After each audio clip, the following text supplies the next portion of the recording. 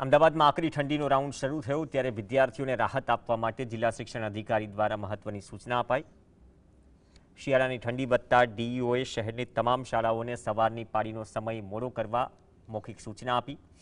ઉપરાંત બાળકોને ઠંડીથી રક્ષણ મળી રહે તે હેતુથી ડ્રેસ કોડ સિવાયના રંગીન જેકેટ કે ગરમ કપડાં પહેરીને આવવાની પણ મંજૂરી આપવામાં આવી છે। સામાન્ય રીતે ઘણી શાળાઓ ડ્રેસ કોડ મુજબના સ્વેટર કે ગરમ કપડાં પહેરવાનો આગ્રહ રાખતી હોય છે। જો કે નીચા જઈ રહેલા ઠંડીના પારાને ધ્યાનમાં રાખી વિદ્યાર્થીઓ કોઈપણ રંગના ગરમ વસ્ત્રો પહેરી શકે તેવું સૂચન કરાયું છે।